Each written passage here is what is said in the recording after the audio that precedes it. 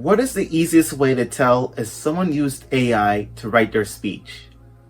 They read out a chatbot's instructions instead of removing it. During a New Brunswick Legislative Assembly, a speech during that assembly that happened last month, Canadian politician Bill Oliver inadvertently said this. Here's a more natural flowing version of that section that reads like a legislative speech rather than a series of short points. Now, this obviously incites feelings of hilarity, maybe outrage, and public embarrassment for the politician. But aside from all of this, I think this highlights something even bigger. And it's how AI has changed how we write.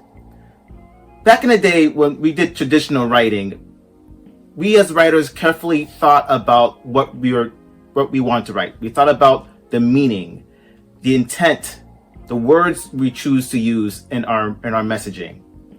But AI has fundamentally shifted us from being active writers to reviewers. And reviewing text is fundamentally different, it's cognitively different than writing text.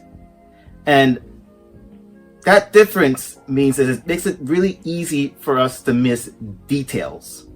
And the more capable these language models that we use, these AI models that we use to write the text, the more we tend to have this automation bias, this cognitive bias, that the more fluent text we get back from these models, the less there might be need for us to actually review it carefully because it looks good.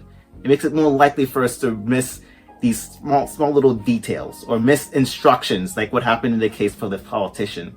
And I think this incident is a reminder for us, or it reminds us to really think about adding careful review process. It tells us to really revisit our workflows, our content creation workflows, to make sure that we're taking an active role in producing the text that we create.